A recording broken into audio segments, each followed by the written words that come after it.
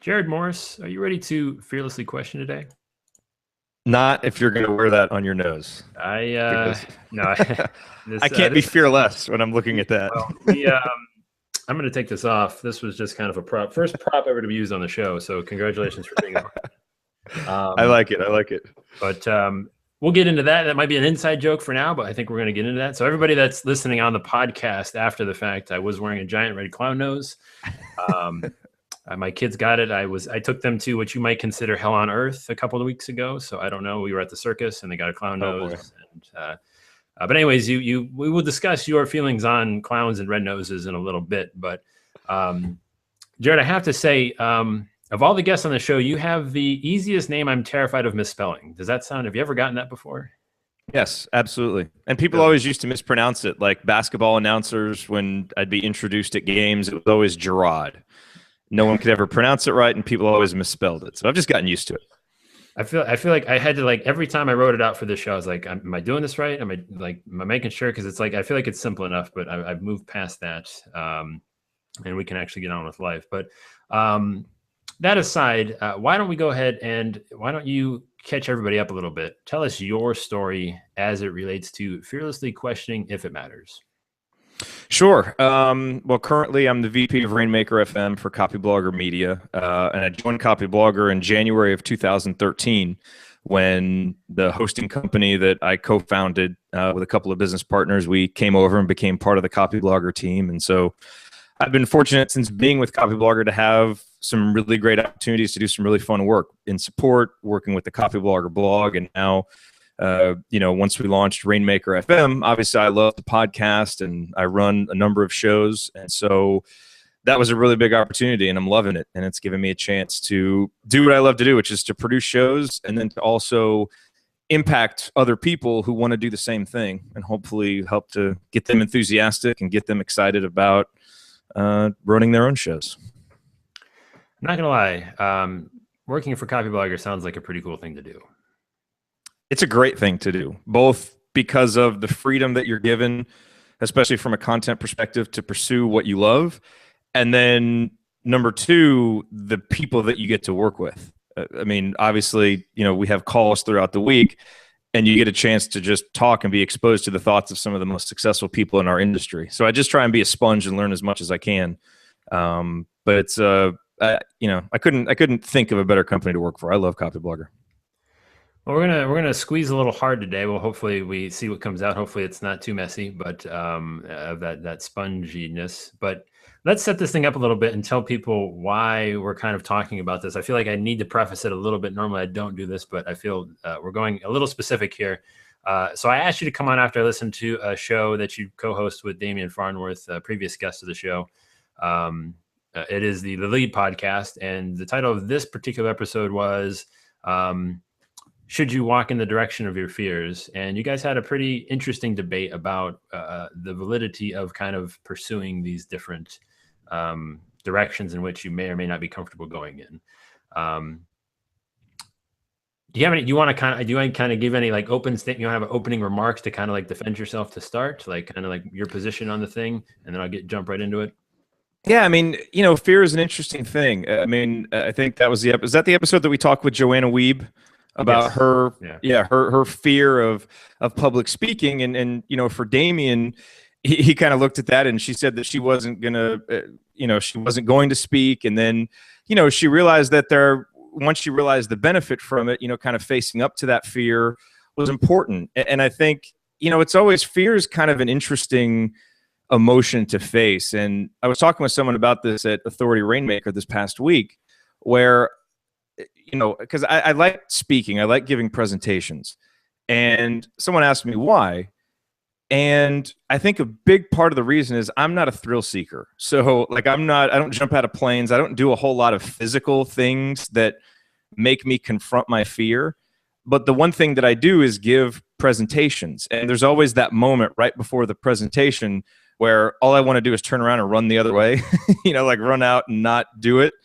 And it's that moment of having fear right there in front of you, confronting it and getting past it, that I think is, in some way it's just kind of good for the soul. It always makes me feel good that I'm able to do that. And so, But fear is also there for a reason, because sometimes when we're afraid of something, it means that we should walk the other way. So how do you know when fear should be faced up to and run through? And how do you know when it should maybe, make you rethink what you're about to do? And I don't know that there are any personal answers. It's the kind of thing that I think you learn over time, and you learn to trust your gut instinct with it. But yeah, I guess that's as good a preface as anything. You were holding out on me a little bit there, because what led to the prop usage in the beginning of the show was that you had mentioned your fear of clowns, and that was being maybe your biggest fear. And at one point in the show, you kind of got to the point where saying like overcoming that fear didn't really have much of a business objective tied to it. And I think at that point I paused the show, and then I sent you an email asking you to be on the show. Then I finished listening. I guess so. That's kind of where I'm coming out with this today. So I'm gonna hit you with the very first, if we will, fearless question of the show. And sure, that is, should you always kind of set the best example you can for yourself? In what sense? What do you mean? I mean, like just overall, like I mean, we want to kind of put these things into different boxes, but should we just always kind of be constantly setting as good of an example as we can for ourselves, regardless of what we perceive the outcome to be? Sure. I mean, I certainly think so. I mean, I think a lot of us, especially when we get into leadership positions in companies, or if we're in some type of entrepreneurial position, we want to set good examples for other people. But the very first thing you have to do is set a good example for yourself. And, a lot of that just comes from self-awareness, understanding things that you do well, things that you don't, things you're afraid of, things that you can confront easily. And I think being able to be proud of the choices that you make, and as you said, set that good example for yourself, it's a prerequisite, not just for personal success, but also for any type of leadership position, I think, that you ever want to be in.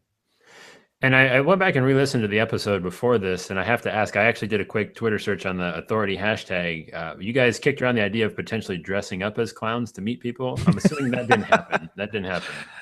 That did not happen. It's actually funny because I had forgotten that we said that. And then, Demian mentioned it, and I was like, well, yeah, I was kind of joking. Maybe Demian took it a little bit more seriously than I did. But yeah, the thought of actually dressing up, I don't know, maybe that would be the greatest way to confront my fear of clowns, is just dressing up as one and becoming one. I don't know Demian all that well, but I have a feeling like he does not joke about such things all that often, and that he's pretty serious. I'm pretty sure Demian would have actually done it. Oh, that's what I mean. Like, you have to be careful what you say around him, because next thing you know, God knows where you're going to be and who you're going to end up doing things with. But that's right. That's my hunch. I don't know Demian, but so I think guess your hunch is good. But the reason that I kind of wanted to go after this a little bit is because I guess why did you put up a wall at that point and say, like, listen, I don't think this can benefit me, and I don't really see it as, I'm assuming that there's nothing that really will, eventually hamper me down the road if I don't really deal with this right now or ever. Yeah, I mean, I think, with any fear or anything that prevents you from doing something, it's going to take a certain amount of mental energy and focus to get past it. So why are you putting yourself through this? What is the benefit at the end of the road? So it's like, for me, I've hated clowns ever since I saw the movie It. And I could easily overcome that fear if I wanted to, I think. Just, you just get more, it's like any fear. You get more information, you learn more about it, you become less fearful of it. It's not like clowns keep me up at night or anything, but, what's the benefit of me doing that? Whereas, if I have this fear of getting up and talking to people in a big room, well, there's a big benefit to me of overcoming that fear and getting more comfortable with it, because that's the way to spread my ideas and to get out there and get in front of more people. So I think as we look at what fears do we want to just kind of let them ride and just whatever, let them be, and which fears do we really want to confront and go over, what's the benefit at the end of the road? And if there's a clear benefit there, and if you're letting that fear keep you from achieving that benefit, you got to ask yourself why. And then maybe ask yourself, what's the next step I can take to help overcome that fear?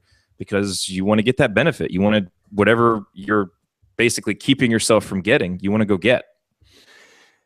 When you make those distinctions, do you run the risk of letting yourself off the hook when maybe you shouldn't? You certainly could. Yeah. I mean, I think that's a very real possibility with that. And maybe it's a decision that you make one way now and you revisit it 6 months later and you realize, again, it just, I think it comes from having a clear understanding of what you want, what your goals are, and then what's in the way. And if there are obstacles in the way that you're fearful of, that's where, you want to find that way to confront that and move past it. And if you don't, then you'll always stagnate, and you either need to change your goals because you're not going to get there, or come to the realization that until you confront that fear and overcome it, you're not going to move any further. Should you make such a kind of a strict distinction between those things? Is it that important? I think it depends on how important the goal is that you're going after. How important is it for you to get where you want to go? How important is what's on the other side of that fear? And, really that's just a personal question that I think everybody has to answer based on the situation. I feel like I'm having a hard time getting you to own up to what I'm wanting you to own up to. And I don't know that there's necessarily a thing. So I guess maybe what I'm trying to get after is maybe I'm wording it terribly and failing at the English language at the moment, which happens often on the show, anybody familiar with. The idea of a certain fear carrying more weight than another, can you possibly make bad assumptions and then lead to creating those bad habits? If like you said, you can't necessarily know what's on the other side of that. Yeah, I think anytime you're making assumptions, that can be bad. And that's the essence of fear. A lot of times is the unknown. So when you confront a fear, you don't always know what's going to happen. If you knew what was going to happen afterwards, you probably wouldn't be that fearful of it. So yeah, that's why I think confronting fears is important, because that's the way that you'll find out, should I have really been afraid of this in the first place? And, I think that's the only way that you'll ever really know. Well, I'll let you off the hook a little bit right now. We'll let you take a break, and time for you to turn the tables on everybody else and get them a little uncomfortable and ask them about their fears. Your chance to ask the audience a fearless question of your own, something you've always wanted to know the answer to, but we're a little unsure of the response. What is that question? That's a great question for me to ask a question. I would say, I think as we've gone through with the Showrunner podcast and really started to try and challenge people to think of themselves not just as a podcaster or not just as a blogger or whatever they are as a content creator, but to think of themselves as a showrunner, right? Someone who is responsible for an audience experience. I would ask people, what keeps you from taking the next step in developing your relationship with your audience? What keeps you from deepening that connection? I think, for some people, it can be fear of getting behind the microphone. For other people, it can be fear of vulnerability, fear of being candid. So I would ask everybody out there, what is keeping you from taking the next step? Wherever your relationship is with your audience right now, what's keeping you from taking the next step and deepening it even further? That's a good question. Being somebody that I guess would have an audience himself, at least you hope so anyways, right, Jerod? I guess I would say, since I'm the only living, breathing person on the other end of this question, I would say that maybe it's because they don't know how to, or how they would prefer them to connect further. Does that sound? That's maybe where my head is at. Like, what would you want to, expect? Because we're all busy, and then every time we try something, then we get that fear of rejection when we throw something out there new. Have you had any experience? Does that make any sense at all? Yeah, no, I think that's a big one. I think not necessarily knowing how to take the next step, not having that information, or maybe knowing what strategy would work. And then I think also some people have a fear of success in a way. It's like, okay, I'm X busy right now. If I really succeed with this, and now I've got this connection and all these people to communicate with, how am I going to manage that time? I think that's another real one, which is interesting because they're almost on opposite sides. And that, again, I think is where you have to think, okay, what are my goals? What am I trying to achieve with this? And then you kind of wait and you say, okay, well, if I do this, maybe I don't need to be afraid of the extra time I'm putting into it, because that gets me closer to where I want to go. So it's interesting. I know for me, a lot of times it comes back to a fear of being vulnerable and maybe not being seen as a fraud, but I guess like I always have this fear of people are going to ask the next question, the next question, the next question, and at some point I don't have an answer. And it's coming to a point of being okay with, people aren't members of your audience. They don't listen to your show because you have every answer, but they want to be part of your conversation. It's okay to admit that you don't know and go find a resource elsewhere, or even ask the question right back, and maybe that person knows more than you do. So getting over that fear, I think, has been a big help for me in terms of allowing myself to be more vulnerable with an audience, which I think really helps create that connection. to you as a real person, as opposed to just someone out there putting content out online. Is there a line that you kind of just draw, like, yeah, I need to be like you said, vulnerable, but at some point, do I just need to say, listen, I'm going to just kind of pull back from this, kind of like, plead the fifth, or just kind of not like show that, like, like, I mean, if you show yourself not knowing enough too often, is that a problem? I mean, that sounds weird. I don't know if I necessarily believe it, but I'm just asking because you're here, and I think it's a good question. Yeah, I mean, it can be. I mean, if we're with the showrunner, if we're doing a show about podcasting, and people keep asking questions and I don't know the answer to them over and over again, well, they're not going to see me as an authority. But I think it's being okay with not having every answer, And so I don't think pulling back is good, because you pull back and now you lose some of that connection. But I do think it's about really understanding what authenticity means, which is really understanding yourself and what you know and what you're passionate about, understanding your audience and being able to empathize in terms of where they want to go, what their fears are, what their goals are, and understanding where those two intersect.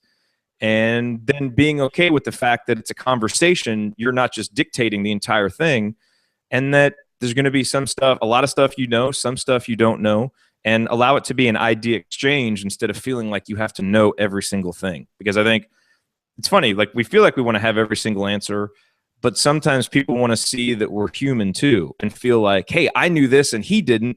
And it doesn't make them feel better than you. It just makes them feel like I'm part of this conversation. And more than anything, I want, with sites that I start and podcasts that I have, I want it to start a conversation, build a community, not just be me dispensing everything with no interaction or feedback. So I'm going to try and pull this back into the main title of this kind of conversation. I don't know if this is going to make sense, but go with me here for a second. Sure.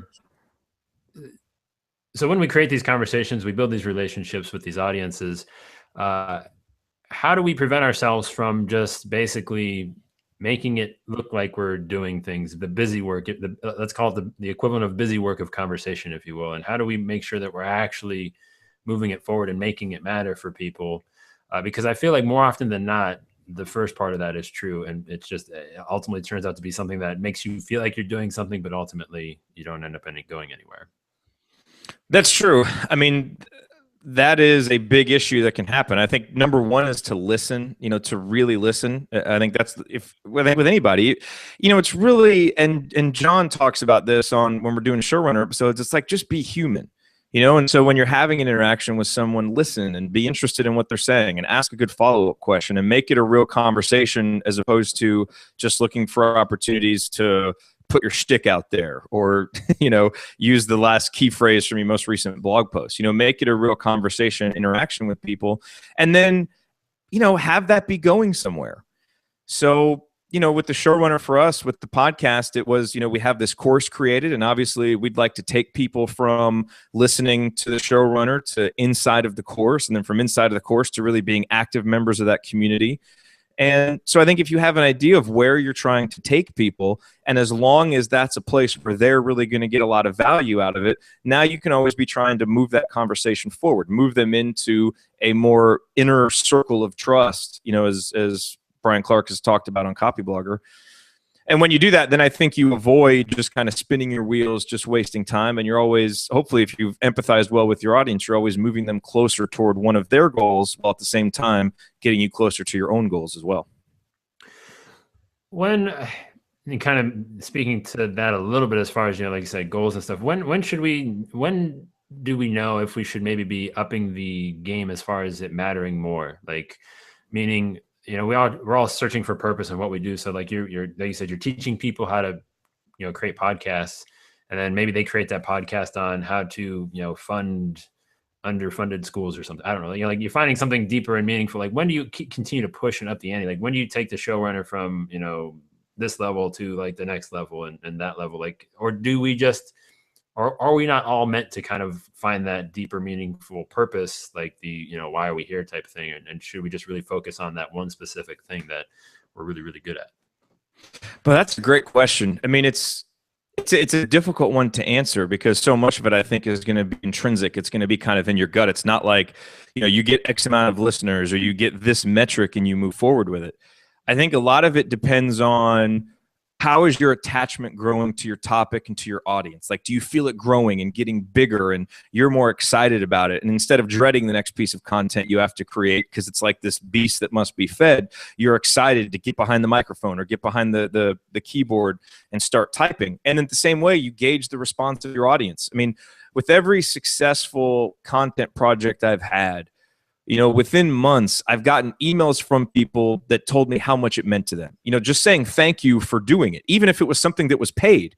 You know, it's like, thank you for making this available so I could pay for it and learn more from it. And so I think when you're feeling that connection and then your audience is giving you signs that they are too, now I think you want to start pushing the envelope and moving forward a little bit, because that's how you keep your momentum. And I think that's how you keep people excited. You know, you keep your audience interested because it's moving somewhere. And that can be a fearful thing to do, because it's like, well, things are going well right now. Do I want to rock the boat both because I'm afraid of things changing, or again, that idea of being afraid of success and creating more work and creating all of this? But I think if your connection to what you're doing and to your audience is right and their connection to you is right, then you're going to be moving forward in a positive direction and you want to keep pushing it forward. What would your next step look like? Depends in what project. The one that would take you in a more meaningful direction than you maybe would first assume. You know, it's interesting because so at the Assembly Call, which is the IU postgame show that I run, we've done it for 4 years without ever really making any revenue off of it. It's just been something that we've done because we really love doing it. And this year, for the first time, based on the response that we got at the end of last year when people were saying, why aren't you guys selling sponsorships? Why can't we donate to you? Like, let us help contribute to this because it's important to us. And we're going to start doing that this year. And I don't know if we'll sell ads, but we're going to set up a way for people to donate. And for the first time, it'll be something that may actually have a business model around it, which is really terrifying, because part of the reason why it's grown like it has, it's because it has been all based on just this intrinsic feeling we've gotten from it, and there's been no disconnect between us and the audience because it's just about the content, just about the connection. And I fear a little bit that could change if we don't approach it with the right mindset. And if so, it's I'm approaching this with a little bit of trepidation, and I want to do it the right way. But I think it's the necessary next step, both to deepen our ability to continue doing it in the future. So it'll be interesting. I mean, that's with one project. That's the next step that I'm going to take, and I'm really interested to see how it goes, because there's been there's been good feedback that we should go in that direction, but you never quite know until you do it. I don't want to rain on the parade. I just I have this. There's a show that I've been wanting to do on this show for a long time, like fearlessly questioning destroying passions. And I feel like the easiest way that people never tell you to destroy a passion is when you try and, like you said, bring money into it. And I think that's probably what you're talking about. Is it's like it's just this free thing that we just do because it's fun. But then when all of a sudden there's this extra baggage attached to it, then all of a sudden it's just going to suck the life out of us, and then not like it's going to like steal your little child, if you will. It could, and that's the fear. But there's also the fear that at some point, if there's not a business model around it, we can't justify the time we put into it too, because we're not just guys in college. I mean, we're guys with jobs and families, and that time is, the time is valuable. And so it's hard because, like you said, sometimes that can destroy the passion for it. And I think that's just what we have to guard against, is that we don't focus more on the business side of it and remember why there's a business side in the first place, which is because we love creating the content and we've really gone out of the way to connect with the audience. Yeah, again, I don't want that. I don't want you to lay in bed at night tonight thinking, "Oh, Jesus, Joe, you put that thought in my head. I hate you." I mean, you can come to my house and punch me in the face if that happens. That was not my intention. I've already spent nights laying awake thinking about it. So, I mean, that's I think it's a very real question for a lot of people who start out with a passion project and then think there's a way to make money off of this, and I put in a lot of time and I deserve it, but that can be a hard bridge to gap sometimes. And that, talk about fear. I mean, that's something that you got to confront, that fear, and either leap or don't. And it's a tough decision to make. So coming back a little bit closer to where we originally started, we want to make these distinctions, whether correctly or incorrectly. But one of the big things that I enjoy, at least on this show, is kind of pointing things out that might not necessarily be that obvious to other people. So the question that I would kind of ask to you then is do you think it's important to find connections most people overlook? Sure. I think in a lot of different ways. I think if you're talking about connections with people, I think sometimes, when you make a connection that maybe with someone that maybe has been overlooked, whether it's, you're building an audience and this person, hasn't really found a connection yet somewhere because everybody wants to belong. Making a connection with that person can pull them in and they become part of your tribe. And if it's about making connections between topics and information, I think that is how you build authority. I think the reason why people go to Brian Clark for advice on marketing and business is because he's been able to very early on drew connections between things that other people weren't. And so I think that's a way to be seen as an authority by your audience, is to draw connections that other people don't see and be the one who is providing that new insight, that new outlook. What do you think prevents people from doing that? Because I feel like there's a lot of fear there. Is like, oh, if I start connecting these two things, people are going to think I'm nuts. Because people may think you're nuts. I mean, if it's a new idea, a lot of times people do think you're nuts. People thought Brian was nuts. People thought we were nuts when we started the post-game show. So people think that new things are nuts a lot of times until you prove them. And so again, that there's that fear there that it's like you're going out on a limb saying, here's the connector, here's a new idea. And then I think the next thing is, where's your follow through? Are you going to spend the time to prove and demonstrate that idea? And if you do, it can be extremely valuable. If it don't, maybe you can look like a fool because you put this thing out there and it didn't work out. But I also don't think you want to be fearful of that because, you can put something out there and maybe you have a hunch and it doesn't work. That's okay. Get up the next time and put your ideas out there and work as hard as you can to prove them and demonstrate them, and then let the ideas speak for themselves. What's a crazy connection that you've kind of wanted to make, but were unsure if it really made sense? Well, I've always, in my own mind, I've always connected the two kind of personal feelings of pride and humility. And so to me, basically, like every decision I look at, everything where I say I need to get better at this, I try and think, okay, in what areas am I too prideful? In what areas am I being too humble? And then let me try and push these together. It's this concept, this word that I kind of created called Primeility. And it's kind of been something that it's always meant a ton to me. And it always makes perfect sense to me, but I'm always fearful that I don't explain it the right way to other people. And so it's kind of one of my long-term projects that it's an idea that's meant a lot to me, and to some people who have gotten it, who I've explained it well to, it's meant a lot to them too. But I have that very same feeling where it's like, okay, I'm drawing this connection. It's kind of this new out there thing. Some people think it's oversimplified. Some people it doesn't make sense to. But do I focus on those people, or do I focus on the fact that it does make sense to me and that it has had an impact on other people? So that's one for me, and it's kind of an idea that I want to keep pursuing and figuring out better ways to explain as I move forward. If I were to take a swing at it, tell me if I'm utterly and terribly wrong at this, but if I were to say that it's just maybe bringing your levels back to kind of the middle on different areas, is that kind of what I would gauge of that?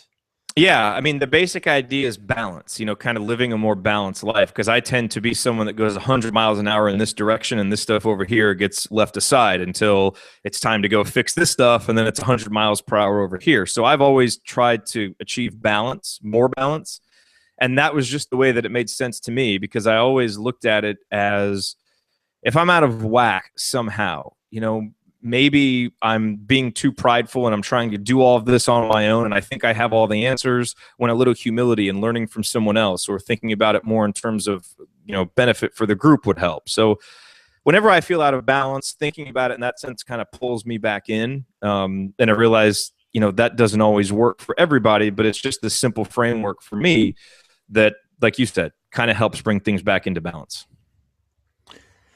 And the final fearless question to you, sir, is, yes, what is not mattering to you right now, but you think should? Oh boy, that's a good question. It's funny because I actually think that Primeility is something that's not mattering to me right now as much as it should. It's, I've had the site for probably 4 or 5 years, and I relaunched it. Okay, all right, that's interesting. Yeah, and I relaunched it in earnest last year and built a lot of momentum with it because I was posting every Tuesday, every Thursday with a newsletter on Sunday, and people signed up, and I would mail them this red wristband right here, which it says Primeility on it, and I've always worn it just as something to kind of remember the idea by, a constant reminder. And as other projects have come up, that's been the one that's kind of fallen by the wayside. And actually, I just had someone email me yesterday saying, "Hey, how's it going? There haven't been any new updates on the site. Just want to make sure you're okay. I miss reading what you have to write." And so that is something that, I think it has had an impact on some people, and it always impacts me writing about it. And yet I haven't prioritized it, and I've let other things trump it. And so I'm trying to work that back in. And what I need to do is basically channel what Henry Rollins taught everybody at Authority Rainmaker, which is just put a period on the end of it, maybe an exclamation point, and just do it and stop making excuses. And I've been making too many excuses and not just doing it. I'm going to overlook that small little mention of the fact that I hate myself for not being at Authority and seeing Henry Rollins. So I'm just going to gloss over that, Jerod. But I'm going to ask that question one more time, and I want to see if I can get a slightly different answer. I want to see, what is it outside of the business projects? Is there something on the, so like we like to put things in the business silo and the like the personal silo. So Primeility would be on the projects of things that you kind of maybe are more passionate about, that you feel like maybe has a chance to make a bigger impact with people. What's there something I'm just like, you're just like, I should be, I know this is important. Like I've been ignoring it for too long. Like I'm fighting all of my instincts and I can't bring myself to be that guy. Is there something that's like kind of brewing in the back of your head somewhere? Yes, yoga. Because probably about a year and a half ago, I stopped going. Previous to that, it's been about a year and a half going to 7 or 8 yoga classes a week. I loved it. I was into it, even to the point where I was thinking about becoming a yoga instructor. And I had a couple injuries to my hand, and so that got me off the mat for a little while, and I haven't gotten back. And have gotten out of shape since then, have lost all the flexibility I'd built. And so there's this big fear of, I was so far down the road, I was getting so good, I'd made so much progress, and now I'm really fearful of going back and having to confront the fact that I've now lost all of that and I'm basically starting over. And instead of being kind of the example in class, I'm going to be the chubby guy in the back flopping around again on the mat, not really doing very well. And I've probably spent the last 4 or 5 months continuing to make excuses and not doing it. And so it's the one thing. And there have been some legitimate reasons why, just because timing hasn't worked out well. But I know that's something I need to get back to. Like there's literally no argument against me going back and doing it.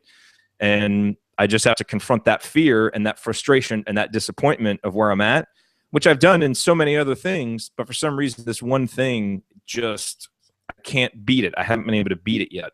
And I know I need to. So I appreciate you asking that question and making me confront it publicly, because maybe that'll be the impetus to actually go do it.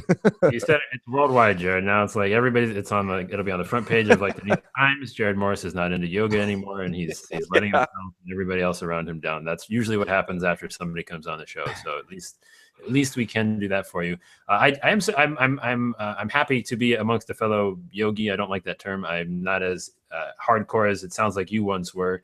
8 days a week is pretty intense, but I dabble with it here and there.